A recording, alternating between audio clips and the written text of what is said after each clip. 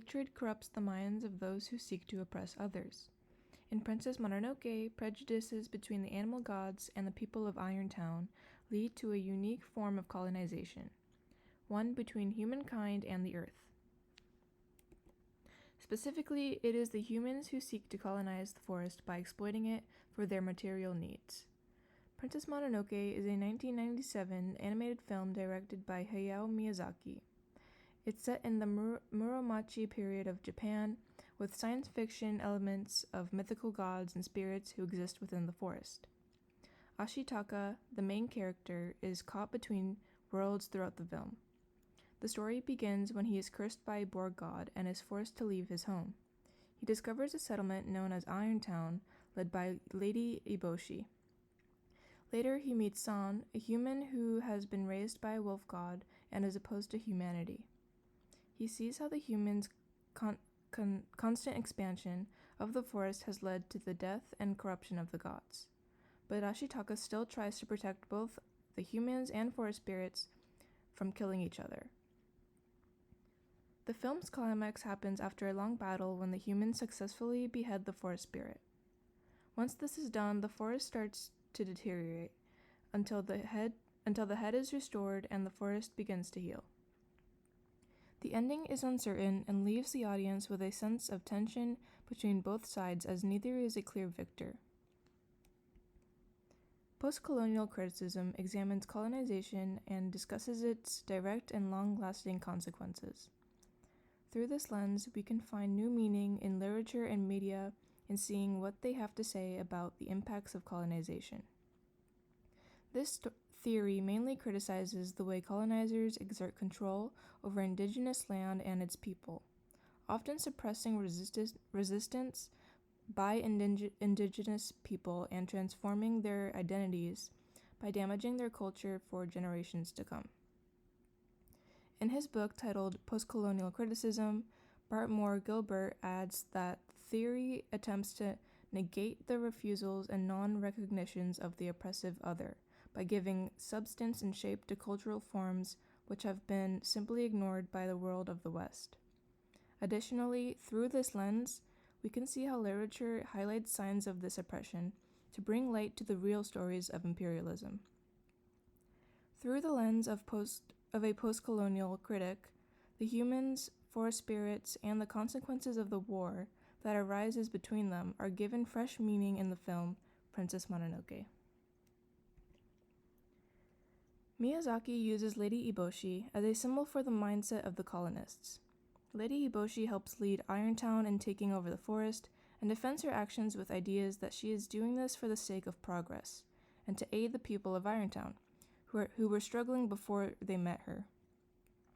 Regardless of the impact she's made on the people, however, the expense of the earth around her seems to contradict ideas that her actions are pure-hearted.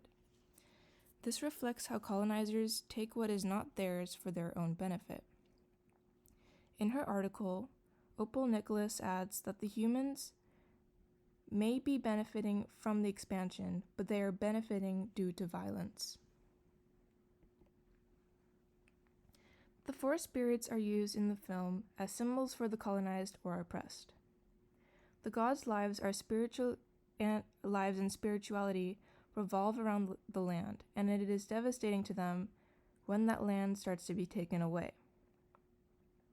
San embodies a similar struggle felt by the later generations of colonized people, who struggle between the two cultures of the colonizers and indigenous people. While she is physically human, she sees herself as a wolf, like the ones who raised her.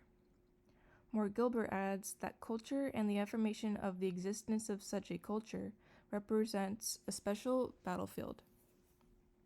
San is hated by the people of Irontown, as she periodically tries to deter any human advancement into the forest, even though she sometimes ends up killing soldiers in the process. However, aside from the wolves, San is hated by most of the other species of the forest simply for being a human. Although her culture is one with the forest, her association with humans causes her to feel lost in her identity.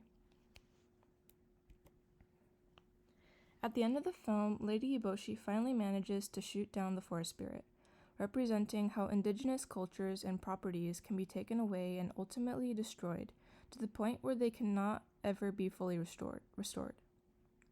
As soon as the spirit is killed, the entire forest begins to crumble and die.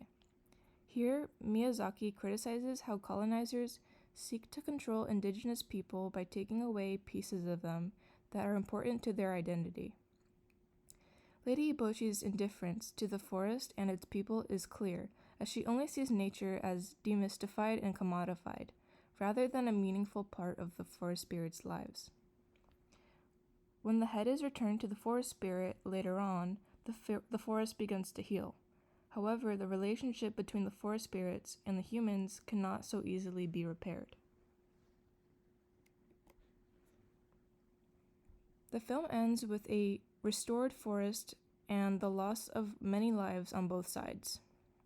There is no clear victory for either side of the war, as the forest and the humans will have to endure living alongside each other. This is an honest telling of how after colonization has occurred in the past, of how colonization has occurred in the past. When San is asked to live with the humans, she refuses. The pain that was caused cannot yet be forgiven, and it will take time for San to readjust, similar to the history of indigenous people after colonization. The changes that have been made within societies continue to persist, leaving the colonizers and indigenous to rebuild a new coexistence between one another. In Princess Mononoke, Miyazaki represents colonization and humanity's control over the natural world to demonstrate the damaging impacts of colonization as a whole. Specifically, the film exposes how the indifference of others' lands and culture in the pursuit of progress harms the indigenous people. The film leaves the audience with a complete picture of colonization, one that shows the reasoning behind the drive for the expansion of an empire while still focusing on the greater harm that it inflicts. In using a post-colonial lens when engaging with literature and media, we can gain new perspectives on important topics because before real change can be made in the future, we need to first acknowledge the past.